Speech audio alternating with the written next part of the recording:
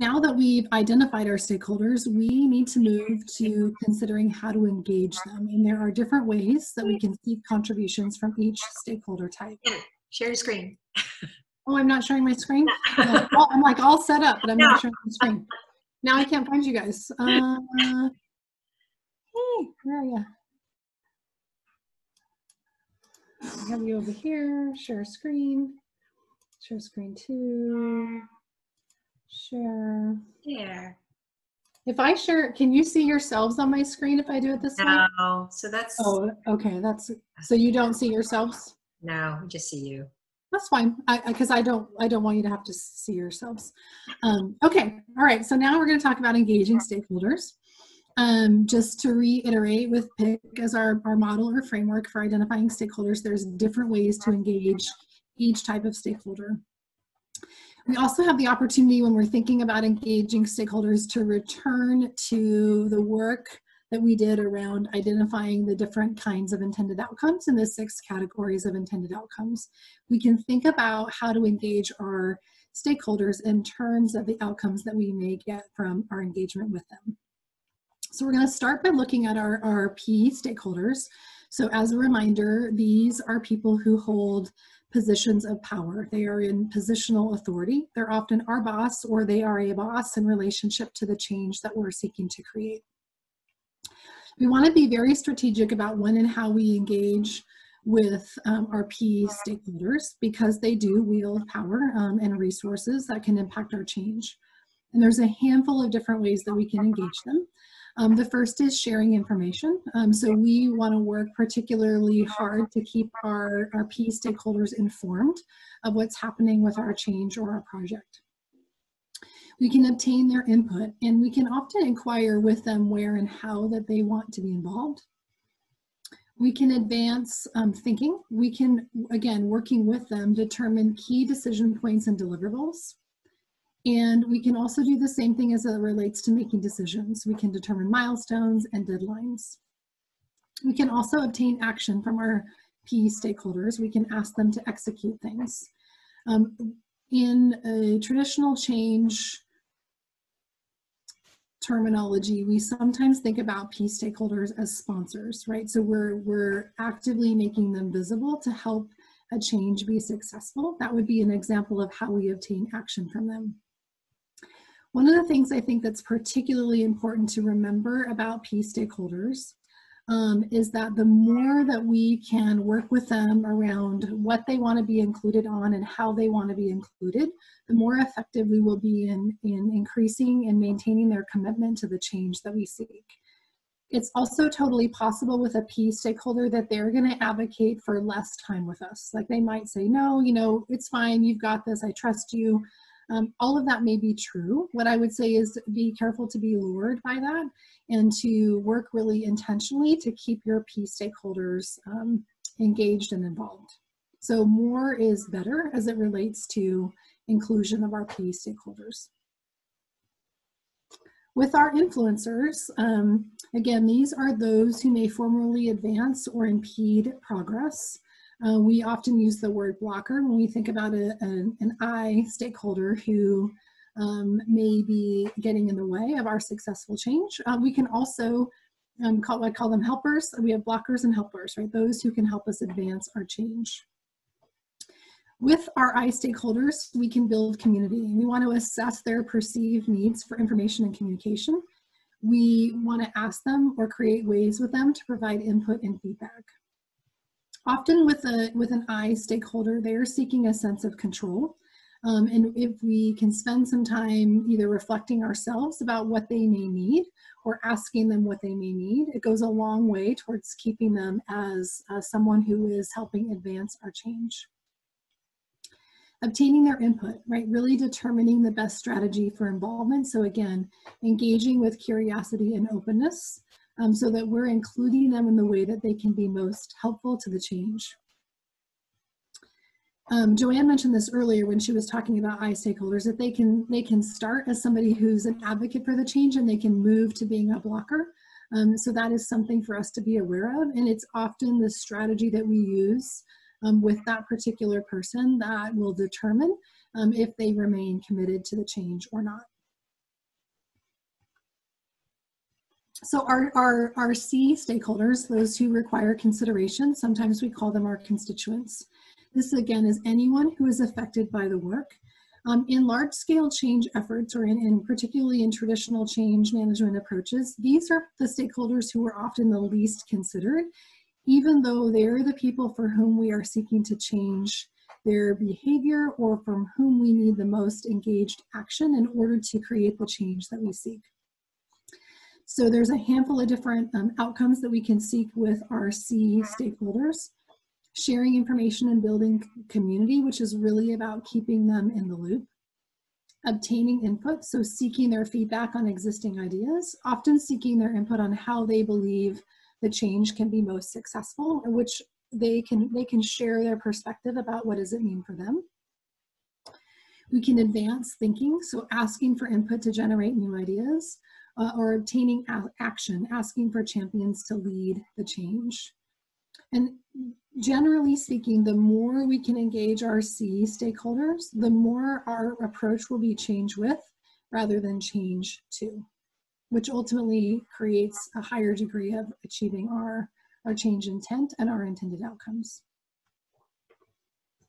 And then the last stakeholder in K, and how can we engage them, are those who have knowledge, and this is either content expertise or insight. So we can obtain their input, we can obtain input in advanced thinking, so they know stuff, right? They know stuff that is essential to the change.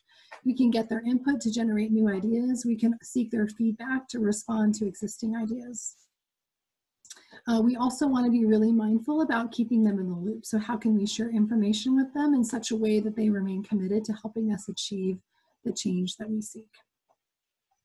So I'm going to pause there. Those are some strategies for engaging our stakeholders, and hopefully you see how that connects back to what we've already learned around thinking about outcomes and processes for achieving those outcomes with our stakeholders. So any thoughts or questions?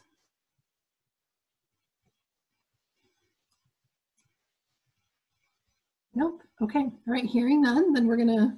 That was fast. What time is it, JC? Are we? It's right at the top of the hour. You're good. Perfect. Okay. All right. So now we're going to move to organizing stakeholders. So we have thought about who our stakeholders are. We have thought about the different ways that we might engage them, and now we're going to think about how do we organize them. So let's just do a little bit of a brainstorm, and I will capture your thoughts as we do this. What are some different ways that we might be able to organize our stakeholders? What comes to mind to involve and engage our stakeholders?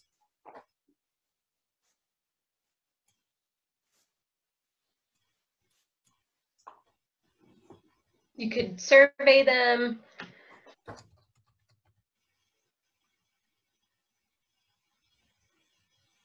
Yep, surveys. What else, Cody? You can do one-on-one interviews. You can do focus groups, regular meetings, newsletters, events. Oh, other thoughts on how we might engage our stakeholders? I think in both of our examples, there was some kind of education piece that was needed to make sure everyone was meeting at starting at the same place.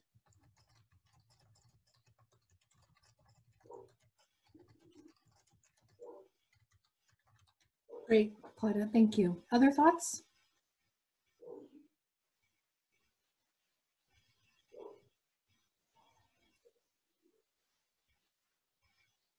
No? Okay. So as we think about who our stakeholders are, and then we think about the different ways to engage them, this begins to inform how we might organize our stakeholders. Let me share my screen again. So we're using PIC to identify who our stakeholders are. We're approaching them with curiosity, right? We have our two foundational questions that we're using, which is what do they care about and what can they contribute? And we're answering those from our perspective, but we're also potentially engaging with them to answer those questions from their perspective. Then we can think about, now that we understand who they are and how they might like to be engaged, how we can organize our stakeholders. And we have 4 primary ways of doing that. The first is the core team. The second is what we call sub-teams. Sometimes we call it committees, but for the purpose of our consistency, we're calling it sub-team. The third is a feedback or input event, and the fourth is communication. So we're going to take a closer look at each of these. So the core team is the central working body for any particular change effort. The responsibilities of the core team are to set the strategy and to make decisions. The core team is the group that's really examining and processing all of the incoming data and information and feedback. So they're the sort of the sense-making body for the change initiative. They're responsible for tracking progress and milestones, and they're also really the architect of the involvement of how all of the stakeholders fit into the change effort. So when we start talking about creating the network of stakeholders that Joanne was describing earlier, that's the role of the core team. It's really thinking about the ecosystem of stakeholders and being really mindful and thoughtful about how do we architect their involvement in order to best achieve our change objective.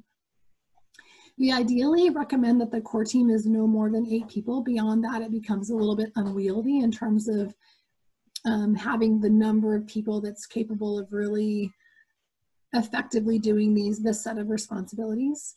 And it is possible, it's not a requirement, but it is possible that the core team may contain representation from all stakeholder types.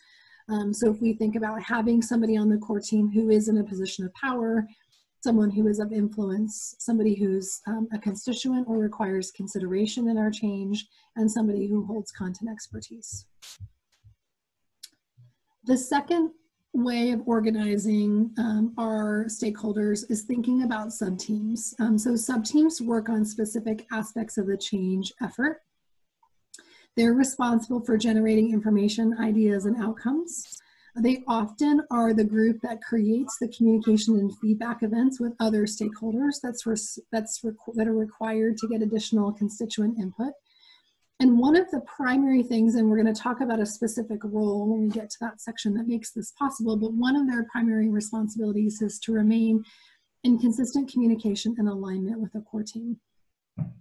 How we decide what sub-teams are a part of our change initiative really depends on our intended outcomes, the deliverables, and sort of, you know, all of those considerations lead to the creative activity of thinking about what is the best way to organize ourselves and sub-teams. So there's no right or wrong answer. It's really very dependent upon each particular change initiative.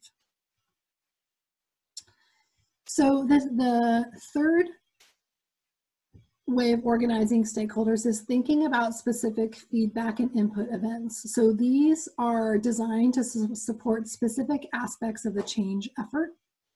The goal with a feedback or input event is to generate information, ideas, or outcomes. It's a way of creating opportunities for those who are involved in our change to provide feedback and upgrades. And they're really an excellent way to engage constituents, particularly if you have large groups of constituents and you need to create some opportunities for generating their input or creating representative samples of the constituent populations or those who need to be considered. And examples of doing that are some of the things that you've shared already: surveys, focus groups, town halls, and other engagement activities. And this next slide is an example of an input event. And Joanne, I'm going to ask you, since this is from your body of work, to share this particular example with the team. Yeah, so oftentimes when we think about input events, we always go to our surveys and focus groups and interviews. And I just wanted to show this to you as a particularly interesting way of getting a huge amount of stakeholder input. Go back to, yeah. So this was the beginning of a strategic planning effort that I was leading a team, leading a school towards. And so, 400 kids, 100 some odd teachers. And we wanted an input event that allowed all the staff and teachers of this particular school to be able to see themselves as part of the story of this particular school. And so what you actually see in front of you, see that the far line is like 1980 something, I can't read the date, but this essentially from the left to the right is a timeline. And each on the y-axis, there are particular things like buildings and number of kids and things that were going on in the world and things that were going on in Houston, Texas.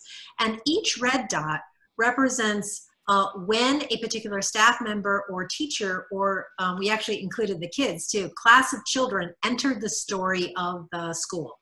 And so this became a very interesting and creative way for each person to see themselves as part of the journey arc of the school in order to set the foundation for planning for the future. So I just like it because it's weird and creative. Cool. Awesome. Thank you. Okay, then the final way that we can organize our stakeholders is around communication events. And these are intended to inform stakeholders on aspects of the change effort.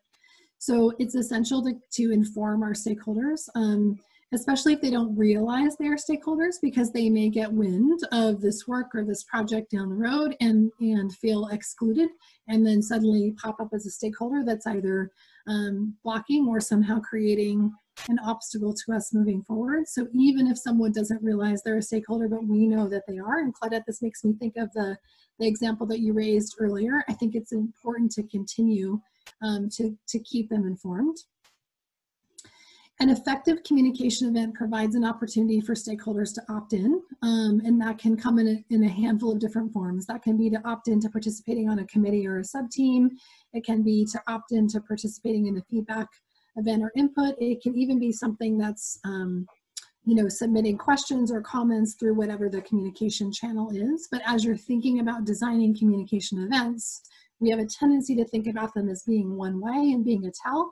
How can you integrate into that communication event, even if it's relatively small? How can you integrate in an opportunity for them to provide feedback?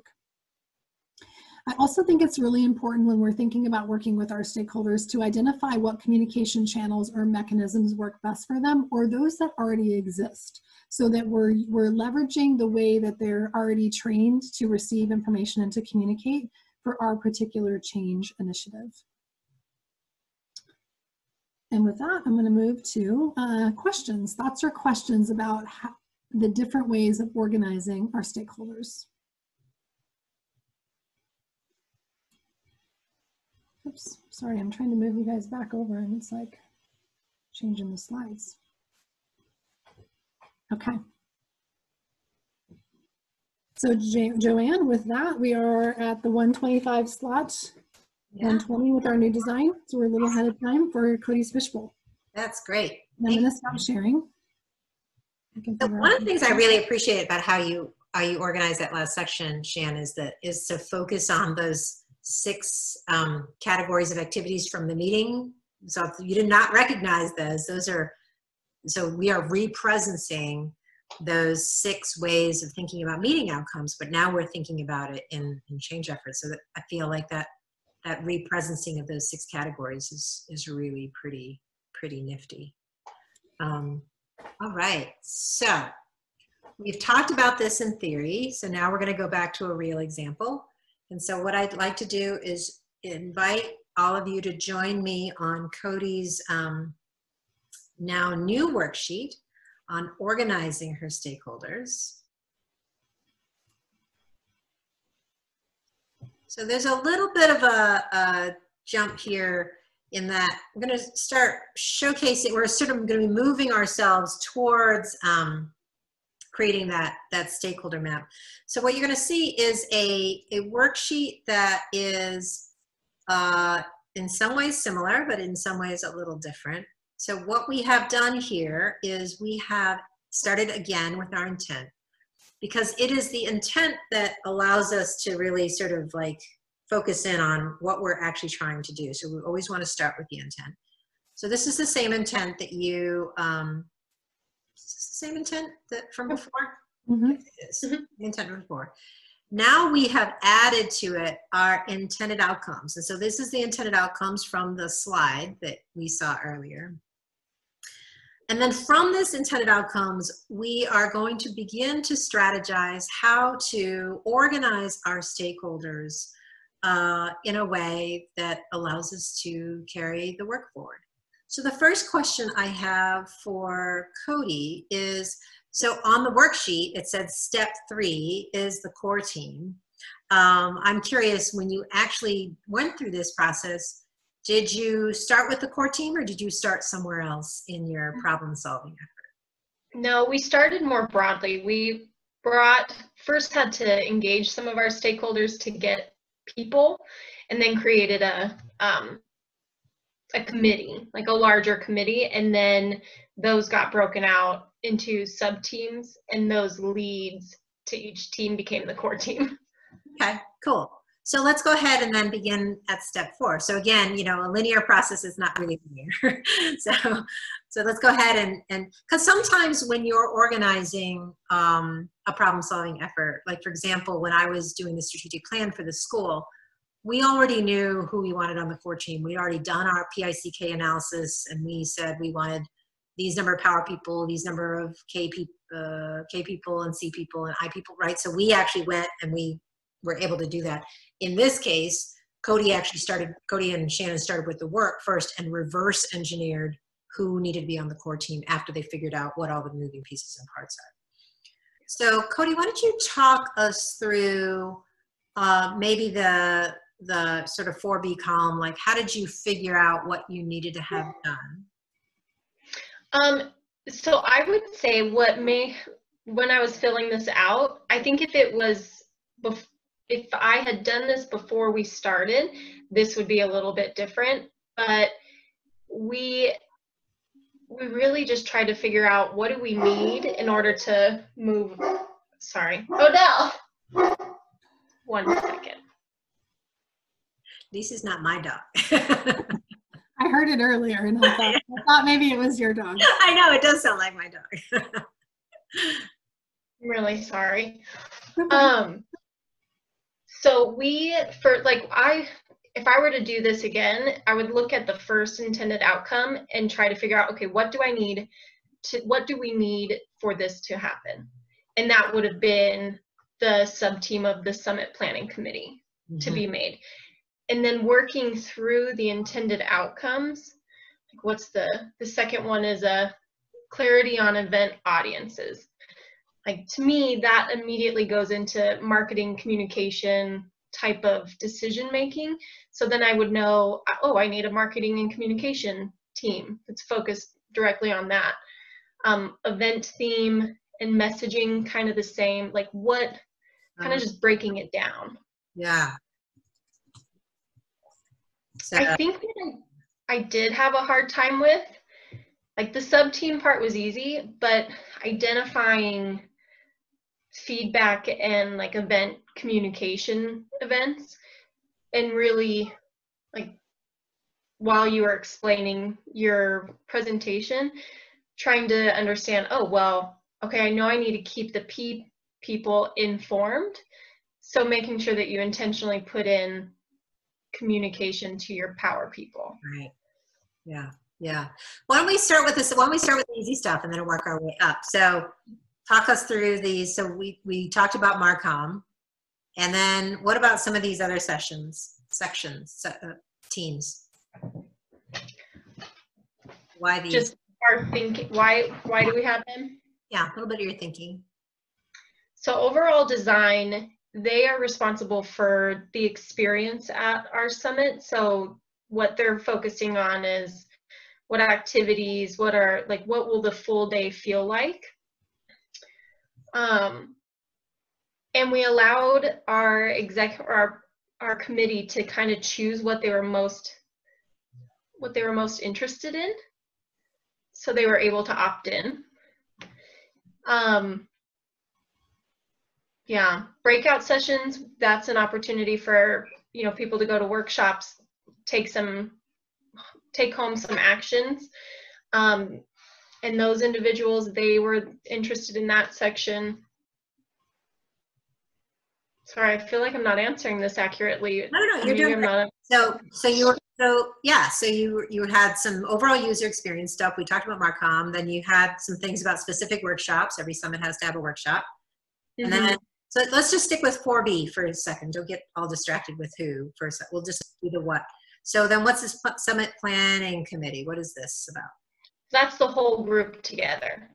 That's the large, everyone working. Those are all the, that's your big volunteer group. Yeah. So that's a catch-all. So it's interesting you made them a sub-team. Good. That's good. And then you have, so then you started thinking about different events, and there are probably going to be more. So there's going to be a bunch of emails and a whole communication strategy, right? But was there a specific communication event that this thing was actually pointing at, like a big email blast or something? Well, this one, when I thought about communication event, I thought about the summit itself. Like, this is the event where we bring everybody together. So when I was going through this, I don't know if I understood exactly. So this is great experience. Yeah. Like, there's a lot more that needs to be done before we get to this one event. Right, right. Like, when we talk about communication events, we're talking about especially that big category of C constituents, right? Which those would be potential summit attendees or sponsors, right? So we would actually imagine, and it's hard to do in this linear form. It'll be a little easier when we move it to the whiteboard, but that there are going to be communication events. Obviously, Marcom's going to have its own invitation, sponsors, blah, blah, blah. There are other communication events, probably between the core team, maybe to this bigger, right? So it's a way to say, to sort of proactively think through what are all the ways we have to keep all of our stakeholders aligned, and right? So that's that communication piece. Oftentimes it sort of in a map doesn't always end up being fleshed out as well as it can, because there's too many of them, right? And they're also events in time and space, right? They come and they go. But it's there just in case you had to have key, right? And especially if you're assigning particular sub-teams for particular communication events, right? And one of the things that comes to mind, when I was doing the strategic planning for this school, we had, I think 4 different working sub-teams that were initially responsible for the execution of the different main objectives of the plan. And one of the things that Shannon pointed out was we don't want to have each of them having like their own separate little email things going out, right? So as part of the overall strategy, the core team sort of says, okay, well, maybe we should have one communication event, you know, not coming out of each sub-team, but out of that, right? So it's a way for you to sort of visualize and sort of think through in advance what might be needed in order to sufficiently communicate with your constituents without like killing them with too many emails, right? Well, and I think that the other thing that happens is that if you have a marketing and communication sub-team, they're responsible for the overall communication strategy, and it often includes small enough communications that they're not going to make your network map. But if it's something that's large enough that you're actively enrolling and reaching out to your stakeholders, then it would, right? So it kind of ends up living in 2 places often. Yeah, and so the idea is if you need to have visibility from a strategy perspective, some of those events go up there. Yeah, and the same thing with feedback events. So let's talk a little bit about. So you have a post-summit feedback, but you probably had some other feedback events that are part of the planning. So could we just sort of invent some? Yeah, as part of the planning, I mean, we share what we're doing with our executive committee and then receive feedback from that stakeholder group. We utilize the participants' like feedback survey from the year before, from the previous summit, to inform some of our decisions moving forward and integrate that. Good. Good, good, good. So this would be another feedback input event. We'll call it last year's do you actually do that in real time? Would you have engaged them this year?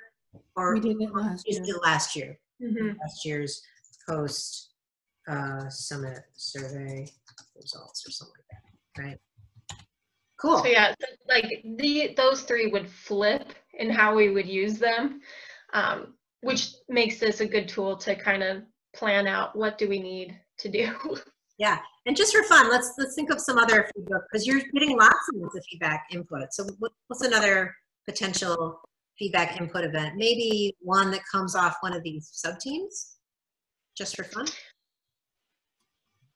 I would say we had an initial kickoff meeting with our full committee that provided feedback for the summit that's different than those other two ones that we. And who? But you're asking specific for a sub-team feedback. Who were the stakeholders in that? It was the summit planning committee. Summit planning committee. Good. Awesome. Great. Good. All right. So in using this worksheet, was it give me some of your reflections as to whether this was helpful to think through, or what were the takeaways? I mean, it's another strategy. If you allow yourself the time to think this through, then you've really just fleshed out a strategic plan for getting to your, or maybe, yeah, a plan to get you to your outcome and your change. Yeah. And allows you to think through some big events and take that moment to say, do we need to share this? Or do we need to, like, who do we need to share this with? So yeah, very preventative to do this. Cool. Shannon, since you were part of the co-architecting of this, any thoughts or feedback from you? Sure. A couple things I would say, because they're probably, without knowing the groups, would be difficult to see that connection. So we have, when we did our initial list of stakeholders earlier in the first fishbowl, one of them is the executive committee and sponsors. The executive committee are very senior people in the Boise community who represent organizations that participate and sponsor the summit. So we specifically asked them for volunteers to be on the planning committee. So like Boise, Idaho Power and Boise Cascade, these people are now participating on the planning committee, but it was very intentional that the request went to those organizations for volunteers. So there's a connection there.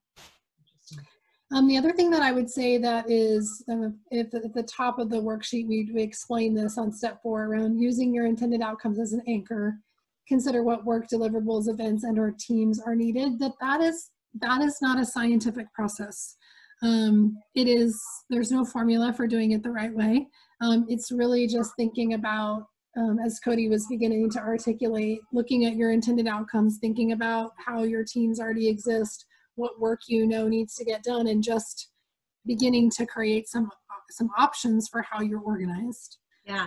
So I just want to kind of normalize that it's a messy and iterative process as you're doing that. Yeah. So it makes me wonder, I noticed that the executive committee is not a stakeholder group in here. Could we give them a sub-team designation and put them on the map? Is there some back and forth that's happening?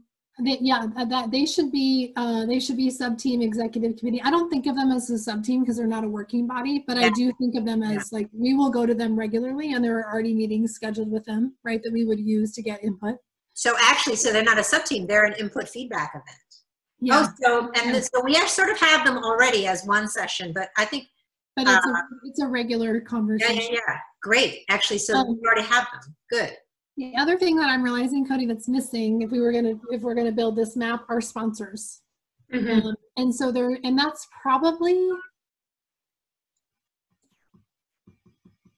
they're not a sub-team because they're not a working body. So they're either communication or feedback input, but we manage them as a group, right? Yeah. And we communicate with them very intentionally. And so having that illustrated, and then knowing when we start talking about liaisons, who's responsible for that. Yeah, so I typically think of communication events as being one way only. Feedback impact is like, given that they're giving you money, I would be inclined to make them a feedback input Yeah. event or group. Yep. Thank you, Shan.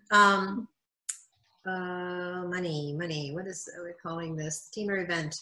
Money people. Your sponsors. Sponsors. So we'll put sponsors. Cool. Any thoughts from the peanut gallery or questions about sort of the loose fishbowl dialogue that Cody and I just had? This is my first time really looking at Cody's thing. So, this is, so I'm sort of walking her through it. I'm walking myself through it as I'm walking her through it, which is also, I think that the other interesting thing about this is that I've never seen her project before, right? But within 5-10 minutes, I can get a sense of like, okay, I know what problem she's solving and know what the intended outcomes, like, oh yeah, these teams kind of make sense. So that was from an outsider perspective. So this is another advantage of doing something like this. It becomes a very quick and straightforward way to say I were a new team member, right? I were joining one of these sub-teams. I could look at a document like this and go, oh, okay, I get it. I can see myself and all that stuff. Yeah. Any other thoughts from Sarah, Suzanne, Claudette? Good? Confusing? Good. Okay. All right. So now what we're going to do, with the magic of a little bit of a wing and a prayer, we're going to move to the 130 item. And Cody, I'm going to ask you, so I'm going to use this whiteboard behind me. We're going to attempt to draw a stakeholder map. Before I do that, Shannon, will you share your screen with us? And I'm gonna walk us through just one tiny little bit of teaching before we do this. One of the things that we don't have a worksheet for it necessarily, not in this iteration, but when you assemble your team, just like we sort of did a care and contribute thinking, strategizing about your stakeholders, there is an additional thinking about making explicit what is the role each person plays on your team and what is the responsibility of the person taking that role. And that's a way to sort of keep everybody's swim lanes, because oftentimes people will make up their own roles and responsibilities, and that just does not lead to a very happy result. For right now, the one role that I want to emphasize is something we call a liaison. That is an explicit role. Just like in meeting roles, you have a recorder, facilitator, participant, timekeeper. The liaison is a specific role that we designate in any problem-solving space that we define as the person who plays the role in maintaining sufficient alignment between two stakeholder teams or events, right? So it is the node through which the different teams are going to be held together. And so when we go through this stakeholder visualization, the role of the liaison becomes an extra responsibility to be carrying information, input from one event and team to another, okay? So let me show you how this works. Shan, go to the next slide. All right. So the way we assemble this, visualization, this stakeholder map is actually quite simple.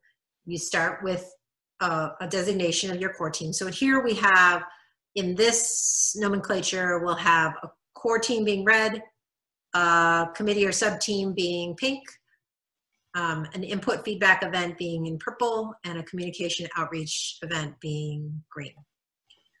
Gray boxes represent people, just someone who's on the committee, and a yellow box represent that person who plays that very special role, which is liaison. So let's just assume we don't have a change statement, but we'll just assume there's a change statement here. We have this core team that we have 5 members on it. And so we already know from looking at this first circle that Roma, Elise, and Rohit are going to be connecting us to different teams. Go to the next slide. From this, we can build on the fact that Elise is anchoring sub-team 1, Roma's anchoring sub-team 6, and Rohit is anchoring sub-team 2. On these various committees, we have other people. So this is where we go from groups to people, right? Elise has Sam, Erica, and Rick. Roma has Yang, Amy, and Eve, and etc. Go ahead and next slide. From that, we can build upon that either focus groups or communication events. And so they're all going to have sort of slightly unique names. So in this case, in this fake example, we're going to have a sub-team that has a focus group. And then all of a sudden, reverse the slide. So see, we'd already identified Sam as being a liaison to something. We just didn't. And so then go forward one. So we know that Sam is going to be the person who is anchoring the focus group. Maybe he's running the focus group. And his responsibility is to take the data from the focus group back to the sub-team. The same thing with Amy on sub-team 3. Her responsibility maybe is to facilitate the staff meeting. Maybe it's to be a subject matter expert and participate in the staff meeting. Either way, she is she's probably carrying information from sub-team 3 to the staff committee and then bringing information back. So they become the conduit through which all information flows. And so what we don't want are kind of random bubbles that are sort of floating around with no people attached to them. Is there another slide? I don't think. Okay, so there isn't. So using that as sort of our guide. Okay, go ahead and stop sharing your screen. So I'm gonna. All right, Cody, we've never done this before. This will be fun. This will be fun. All right, so talk to me about your core team. So our Yep, go ahead. core team has 5 people. And we've got myself, Shannon, Donna, Lindsay, and Michelle. Donna, Lewin. This is going to work. Lindsay and Michelle.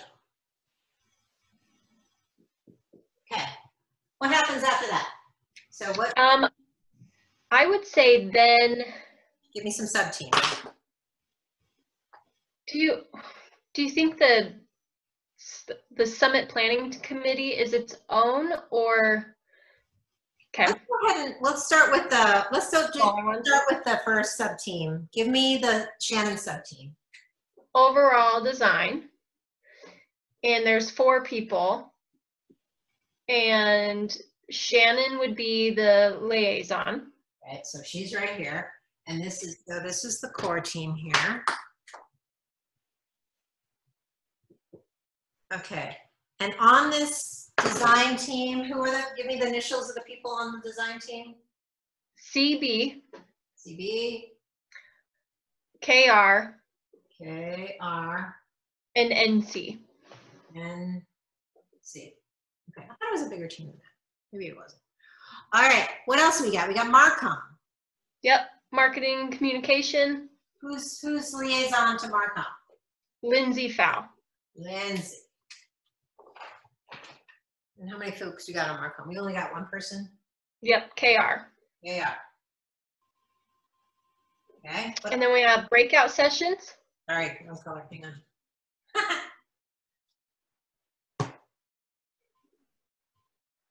KR. Breakout sessions. Okay. And that's done. Yep, DL. So this is Marcom. Oh goodness. Marcom. DL. And this is, what is this one called? Breakout? Breakout, yeah.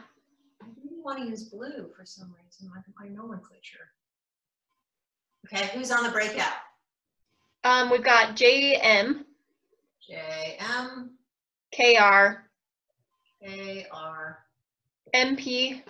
MP. And VV. VV. Okay, what else do we got? In terms of, well then I guess now we could do the full summit committee, planning committee, and I would say I'm the liaison for that. Oh yeah. Would you say? Right.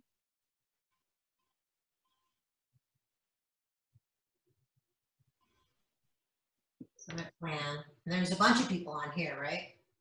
So yeah, but it might be easier if you just list the sub teams that are like the 3 sub teams. It's like the Uber committee. So when all of the sub teams come together, that's the team. It's like the big planning committee. Oh, okay. So are there liaisons from the design team to the, so how might? Sorry, Cody. What should I do with this?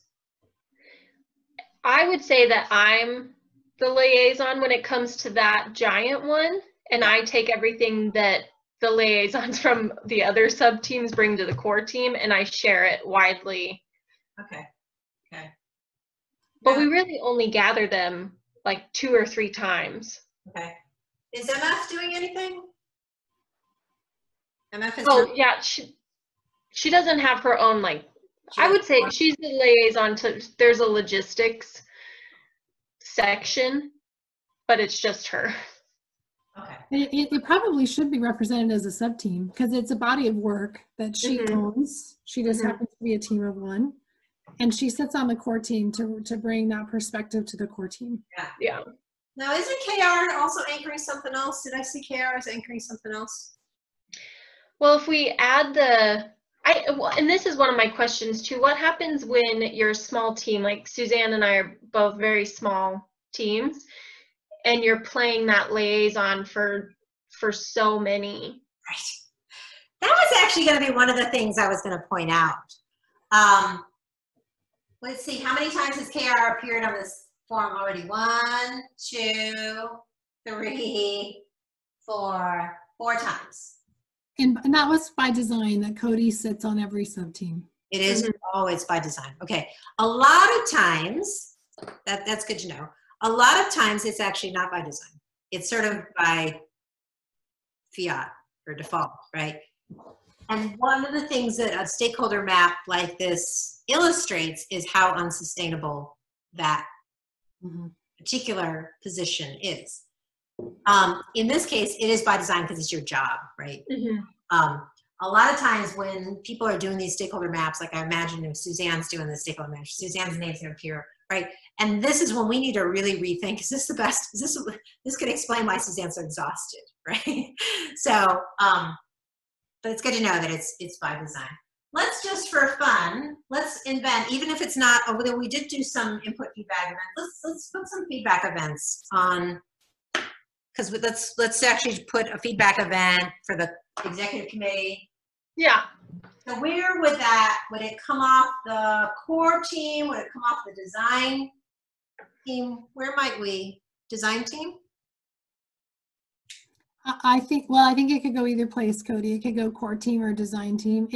It's really about taking to the executive committee the vision for the summit and seeking their input on high level, more strategic choices that fall in the scope of the overall design team. Yeah, so let's present this, let's do this one. And over here, this is the executive committee. Who might be the liaison to this event? I think that Shannon and I both kind of play a dual role in liaison. All right. Just for elegance, I'm just going to put Shannon, right? Because we just want to have one person to sort of anchor that, because Cody's like all over the place. What's another input feedback event that we can imagine? With sponsors. So in marketing and communication, a sponsor call out. All right, and would that be, and so we only have 2 people on this committee. Would that be Linda or whoever Elle is? It would be me. Oh, it'd be you again. This is just you. This is why this is really helpful, though. And we had kind of forgotten, well, I had forgotten to think about the sponsors as a feedback input, Cody, so it's helpful. Yeah. What are the feedback input? Which ones? We added like a couple more down here.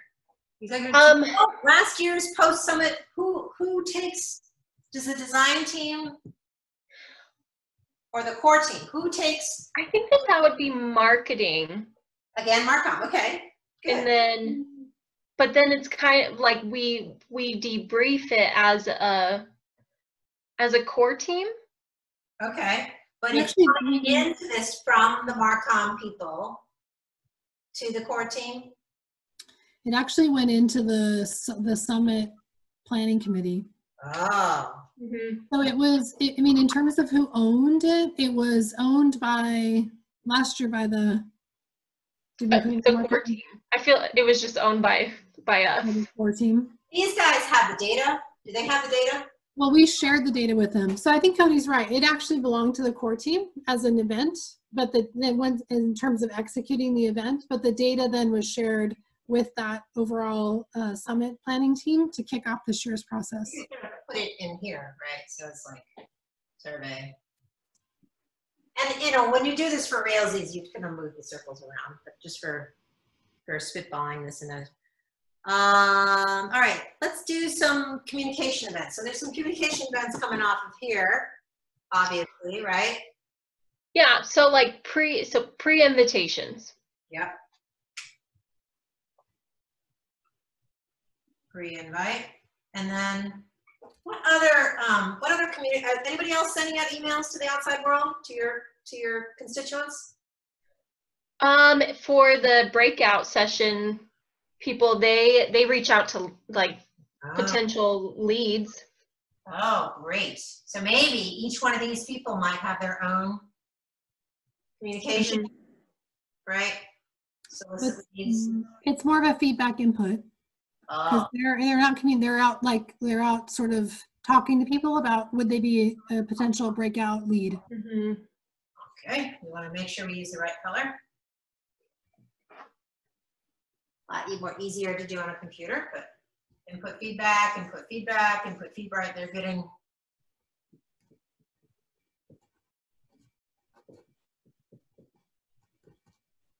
Okay. Any other communication events? Just to make it. Like announcement of the summit. Yeah. Like save the date.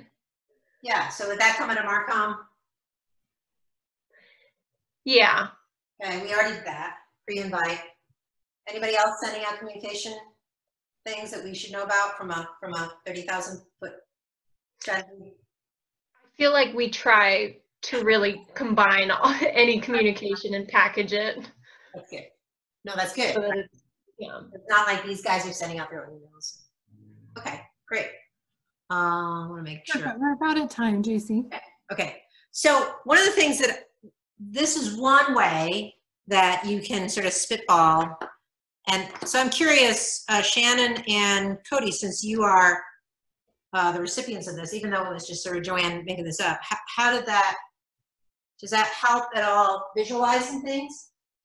I feel like it's nice to, it like almost is nice to be like this is your role. I feel like with me being in each one of these sub teams, sometimes there's a disconnect in who's the actual liaison, and having this type of graphic can show this is what you're responsible for, and also can be a really great way to show your, like when you're sharing it with executives or your boss, to be like, okay, here's what I am doing within this body of work, so that they can grasp what that may look like. Yeah. Actually, so Shannon, with that, will you tilt your screen? We've got you from the nose up.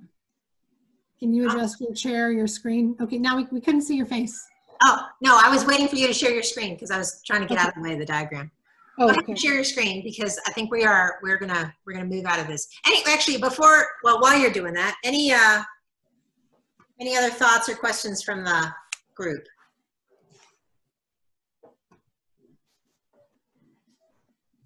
All right. I'm still digesting it. Yeah, processing. Yeah. A lot of processing. Go ahead and go to the next slide, Shan. Okay. So speaking of showing some executives, so this was a diagram that Shannon this is a real project that Shannon actually did. So this is a real diagram we changed the names to protect the innocent or the guilty. Illustrating a real project that she did. Shan, do you want to just give a little bit of backstory about this? Sure. So when we had our meetings workshop, and I checked out and shared that quote with you that talked about the largest body of work that I had done at that point in my career, this is the network map that was associated with that particular piece of work. So we were defining for a global company their core values to serve as the anchor for development of the company culture moving forward. This particular map, the active, let me think about how I want to explain that. So this map involved, for the core team, the sub-team, and feedback and input events, it involved 1,000 people. And then in terms of communication events, it involved 34,000 people. So it was an amazing way to be super clear about how we were going to touch that many people across 17 different countries. What I would also say is that we didn't start with this visual in mind at the beginning of the project. This was a 1.5 year body of work, and we knew maybe a quarter of this map in the first few months of the project. So it was as we developed the change strategy as we went along, then the map itself grew, and it allowed us to be incredibly clear about who was playing what roles and responsibilities, and to develop a framework for scaling across many different countries. So an example of that, I don't know if you can see, but in the top right corner where it says focus group design, so there was a team of people that was responsible for designing focus groups. They designed the structure of the focus groups, and they trained the facilitators. And then the outer ring there are the actual focus group facilitators. And the green rings in this case are the actual focus groups, right? So those were the input events by however many facilitators this is around the world. So it allowed us to scale and to be really, really clear about what the structure was that would support the team in doing that. Cool. Thank you, Shan. So yes, in terms of showing a group of executives something like this, you want to get a cleaner version of that. But we're going to talk about that in a second. Go to the next slide. Can I just make a quick comment? Yeah. That's really nice to even just, so at Boise State, we have limited resources, and you're always asked to do more and more and more. And this is a great way to put, like, this is what you're asking us to do, and this is the resources it would require to do it, and to show if you have a lack of capacity to achieve the scale that they're wanting. Awesome. Yeah, totally. Last slide, I think. So just a couple final thoughts, takeaways. I know there's a lot more to say about this, and we'll finish up next time when we meet.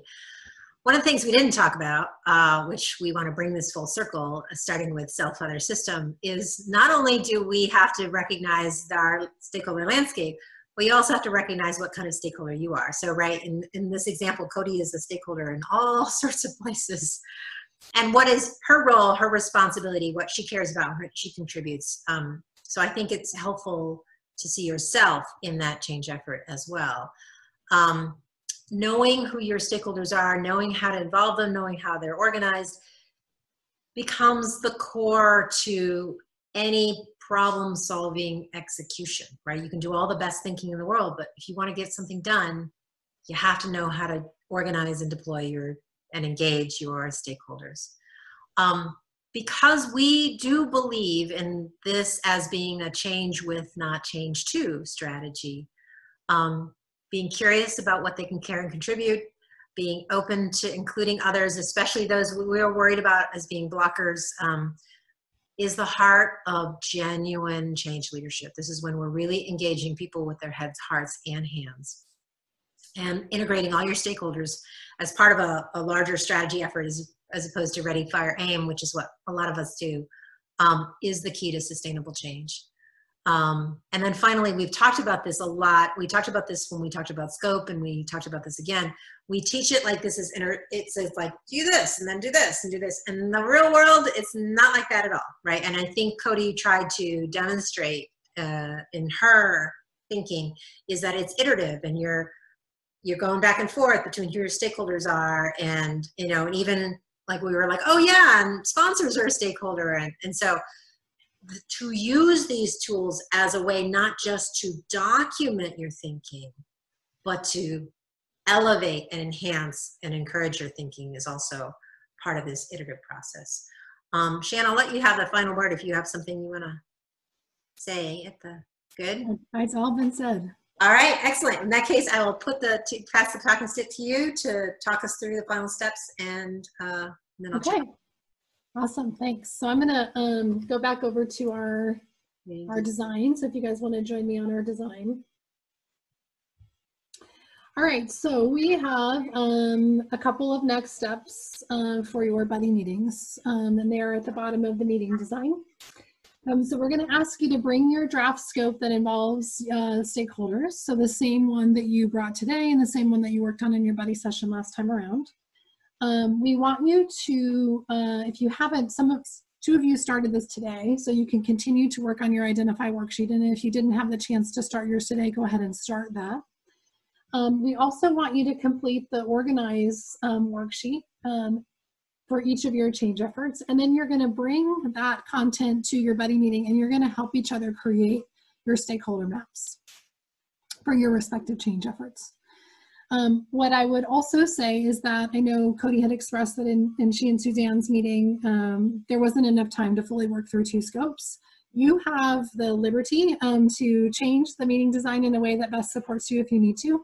You also should feel free, if your schedules allow, to take extra time or to meet separately if it helps you to go through, to have that time to go through both of your change initiatives. So you're going to do the pre-work to get to the point where, like Joanne did today, to draw the stakeholder network, and then you're going to help each other through that process. Any thoughts or questions? Clear enough? Add something real quick. So if you pop open your buddy meeting, there's a lot of stuff in there, but I want to point you to 2 things that'll be really helpful as you begin to do your stakeholder map. One of them is, I'm looking at the Claudette Sarah document. There's a link called Visualizing a Stakeholder Network, the Google Slides edition. So if you just pop that open, what you're going to see is a Google slide template that allows you to do this only in pretty circles, not in this. So there's a couple of things, there's some instructions, but if you just pop open that, like on slides 5 and 6, there are just some existing examples. So you can start moving shapes around, and so you don't have to do it this way if you don't want to. There are also instructions in your buddy diagram as to how to create a map like this that's a little bit prettier than what I've done. Shannon and I are still working. We're hoping, we're not sure, but we're hoping we can have a computer app that you guys might be able to prototype next time you meet. We've been working on getting that ready for you, but it's not quite ready for prime time yet. So that's kind of what I wanted to say. Any questions before I have one more next up. Oh, sorry. Yes. Any questions about buddy work? Okay, so the second thing is a request of each of you, and I'm gonna make this easier and send you an email after we're done today with the Google Doc link where you guys can put your input. But we are going to be next week designing our final session, and we have the opportunity to focus our conversation in any way that's useful for you. So our request is that you think about what might be the best use of our time in that final session. What we're imagining today is that we'll revisit some highlights from each of the elements and have an opportunity for questions. If there are specific areas that you like to focus, specific questions that you have, the request is that you let us know so that we can design it in such a way that it best meets, the final session best meets your needs. And also maybe to see some stakeholder maps if you've got some to show us. Yeah, that'd be fun. Cool. Thank you, Shannon. Okay, yep. All right. Is the slide deck all in one PowerPoint, or have you just not posted the one from today? We have not posted today's. I'll post it, Claudette, after we're done. Now that we have our notes captured in it, I'll post it. So there's a slide deck from each session. Okay. Yeah. Thank you. You bet. All right.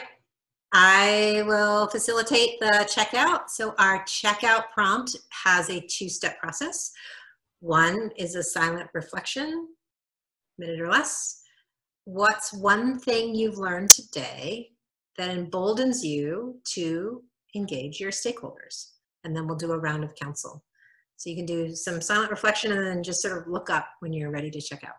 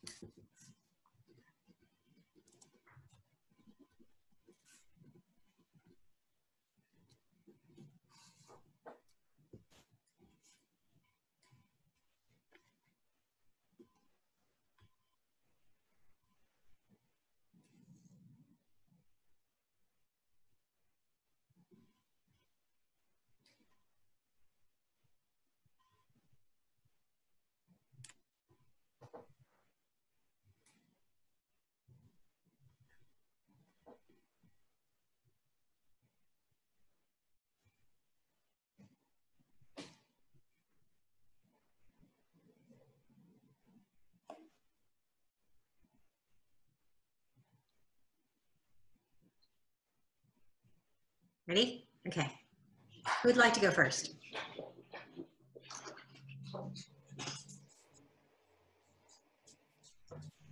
I can go. Yay. I'll say for myself, I think I have like a natural inclination to, like when I work on a project, to like keep things small or limited, probably for my own sense of control over it. So this is a really good process for me, just think about all the people who probably need to be involved so that it's more successful in the long run, and not limit myself so much. Excellent. Thank you, Sarah. Mm-hmm. I'll go. I guess the stakeholders that I work with are very diverse, and sometimes it's hard to understand how we're connected. So I think once this could be a good visual on how we are connected and working towards the same goal. And yeah, once I understand it, then I think it'll be a good visual to see how we're connected, because my stakeholders they run the gamut. So, but we have one goal that we're trying to reach towards. Yeah. Oh, that's fantastic. Oh, yeah. So they're not isolated floating bubbles, disconnected. Right. Yes. Excellent. Thank you, Claudette. Mm-hmm. I guess this is, it kind of echoes what Sarah and Claudette said, is that the visual piece is just really nice. I'm thinking of another instance that I could use this over the next week. Because the other, to be honest, is like a bigger, like the scope problem that I brought is like a bigger one that I feel like I need to include more people in internally to do. But like, I can see how I could apply this tomorrow, and it would be really helpful in what's missing, frankly. So, yeah. Good. Thank you, Suzanne. Cody. One thing that I'm going to take away is, Joanne, you mentioned that for your P people, even if they say, go do it, trust yourself, like we trust you, to keep them informed and aware of what is going on. And then I like that it kind of breaks down silos, like the visual breaks them down to see, going back to what Claudette said, like show so that people can see how we're all working towards the same thing. So it almost builds community while building clarity. Yes, great. Thank you, Cody. Thanks, Cody. Jan. I am reminded of the clarity that comes when we create the network itself. Like I'm specifically thinking about our sponsors, Cody, and our map, and being more intentional about that. That was a good reminder for me. Yay. Thank you. I think what I'm taking away is really the thinking more operationally about the care and contribute part. A lot of times when I teach this stuff, it's a little philosophical, right? And I'm thinking to myself, what would that actually mean to really lean into the care and contribute columns of that original stakeholder map, and how might one go about strategically getting more curious about those, and how it might elevate any sort of problem solving effort. So that's what I'm thinking about.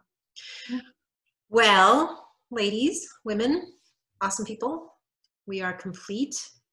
Have fun with your buddy meetings. Reach out at any point if you need us for anything. We'll see you in 2 weeks or 3 weeks or whatever. Yeah. All right. Okay. Thank you. Bye, everybody. Bye. Thank you. Thank you.